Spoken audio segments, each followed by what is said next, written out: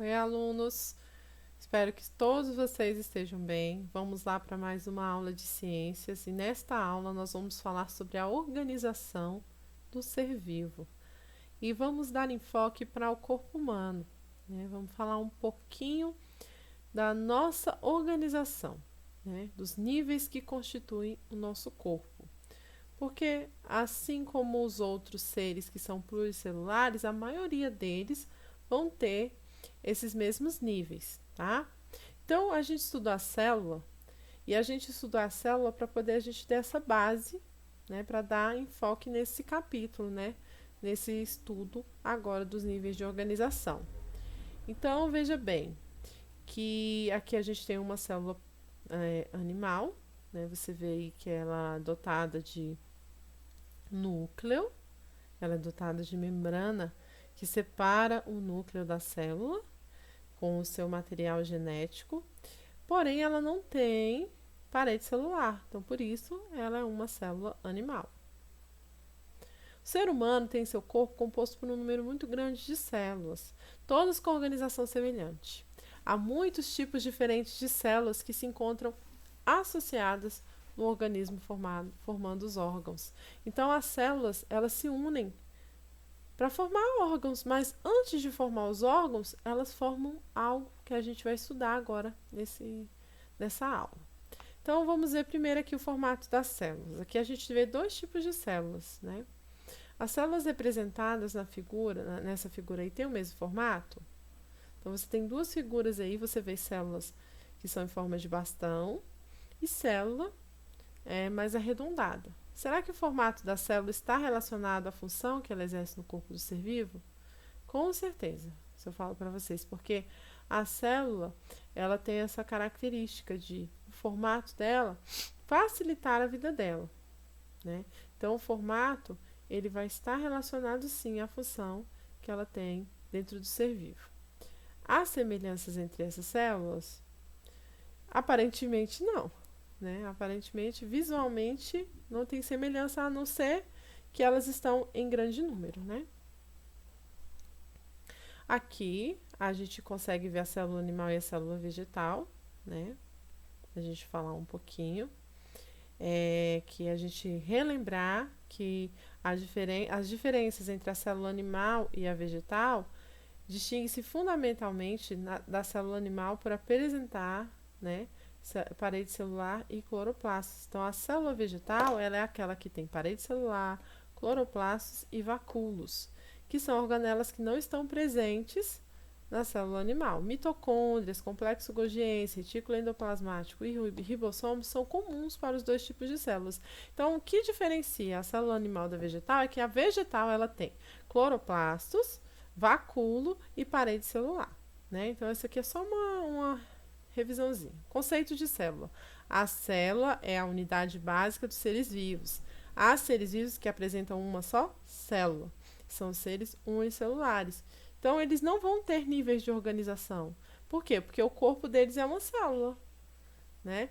Agora, a partir do momento que ele é pluricelular, ele vai ter um nível de organização, porque se ele tem muitas células, essas células são diferentes umas das outras. E cada uma tem uma função. É assim que se diferencia uma célula. Não é só pelo formato, mas pela função. E aí, grupos de células vão formar um conjunto específico, diferente do outro. Esse caso aqui é a bactéria, né, que ela é do reino Monera. Também tem alguns protozoários, que são unicelulares. As plantas e os animais são constituídos de numerosas células, são pluricelulares. E aí, a gente entra aqui no conceito-chave dessa aula, que é o tecido. Então, as células no plural, tá? Uma célula nunca vai formar tecido. Então, a bactéria, as algas unicelulares, os fungos unicelulares, eles não vão formar tecido, até porque fungo nem forma tecido.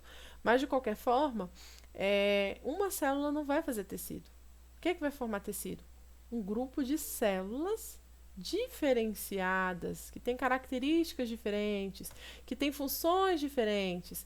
Elas vão se agrupar por causa disso. né? Então, você vai ter vários grupos de célula dentro do corpo do ser humano, e as que são semelhantes, que têm as mesmas características, que têm o mesmo formato, que têm a mesma função, as mesmas propriedades, elas vão se unir em grupos. Então, nós temos no nosso corpo, você aí tem no seu corpo, vários tipos de célula que vão dar origem a tecidos. Então, um grupo de células diferenciadas e dotadas de propriedades semelhantes constituem os tecidos. Então, tecido é o que? O conjunto de célula com a mesma função, com a mesma propriedade. É tecido. Vai formar um tecido. E esse tecido nós vamos ter vários tipos no nosso corpo. Aqui tem alguns exemplos: tecido conjuntivo, tecido adiposo, tecido conjuntivo fibroso, sangue, tecido, né, que a gente fala tecido sanguíneo, tecido ósseo e o tecido cartilaginoso. Os tecidos são formados por células e também por material extracelular produzido por ela. Esse material é abundante em alguns tecidos, mas chega a ser praticamente inexistente em outros. Então, vai ter tecido que vai ter material celular produzido pela célula, vai ter tecido que só vai ter célula. Aqui dá alguns exemplos de tecido. Tecido adiposo, tecido que armazena gordura. Então, a gordura do nosso corpo armazenada, ela forma o tecido adiposo. É um tecido que dá um pouquinho de trabalho, por exemplo, para queimar caloria, né? Por exemplo, ele vai formar aquela barriguinha, um pneuzinho. São essas gorduras, né? Que acabam armazenando, ficando acumuladas em locais indesejáveis, né? São necessárias, né? Esse tecido é muito importante, ele não é só um tecido indesejável, só que assim, o acúmulo, né, de excesso acaba se tornando indesejado e pode trazer doenças, né? Acarretar em doenças. Então, assim, esse tecido ele é importantíssimo contra choques, né? Pancadas, ele está relacionado à questão do controle da temperatura do nosso corpo. Temos o tecido ósseo, que vai formar os nossos ossos, tá? Um dos tecidos que forma o esqueleto do nosso corpo. Sua substância intercelular, chamada de matriz óssea, é sólida, dura e resistente. O cartilaginoso, por exemplo, a nossa orelha, o nosso nariz, ele é constituído basicamente de cartilagem.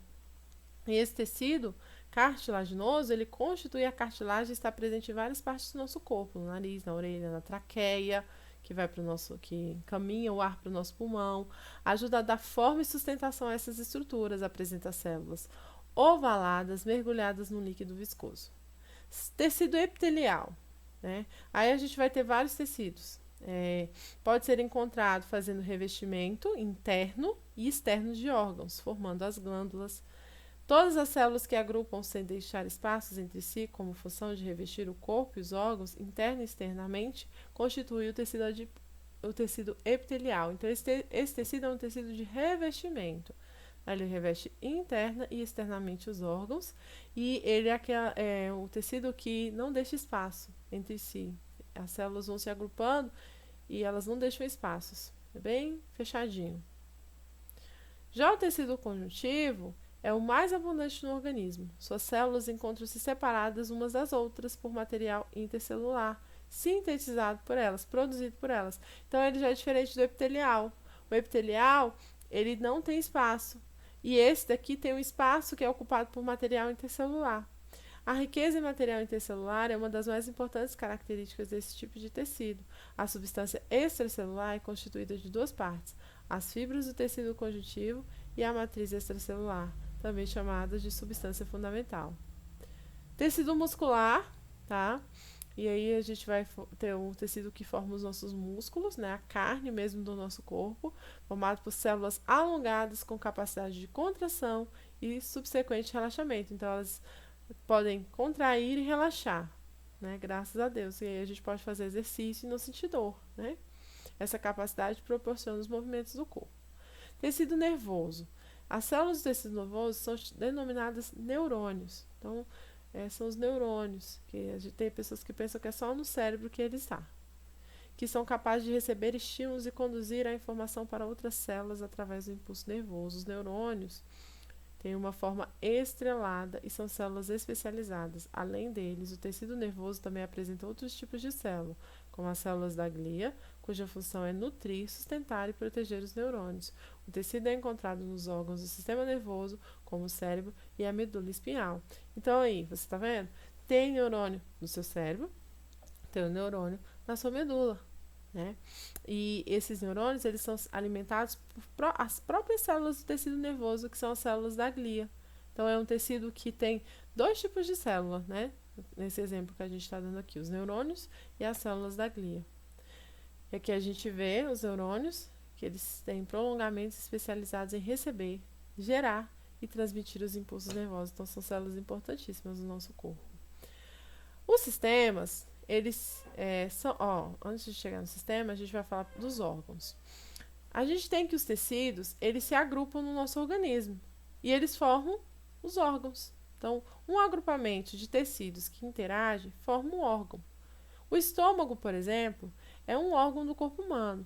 Nele podemos reconhecer presença do tecido epitelial e do muscular, entre outros. Então, os tecidos, eles vão se agrupar quando eles têm funções que vão se relacionar, né? Não precisa ser o mesmo tecido, porque você está vendo que aqui vai ser um tecido epitelial e um muscular, mas eles têm que ter funções que se relacionam, funções semelhantes, né? Propriedades que relacionam uma com a outra. Então, no caso do tecido epitelial, do muscular, do conjuntivo, né? Nós vamos ter essas relações para formar um órgão. E aí, o conjunto de órgãos que interagem com relações específicas, eles vão determinar uma função no nosso organismo. E esse conjunto desses órgãos aí que eu falei agora, eles são um sistema. E aí a gente vai ter, por exemplo, aqui o sistema digestório ou digestivo.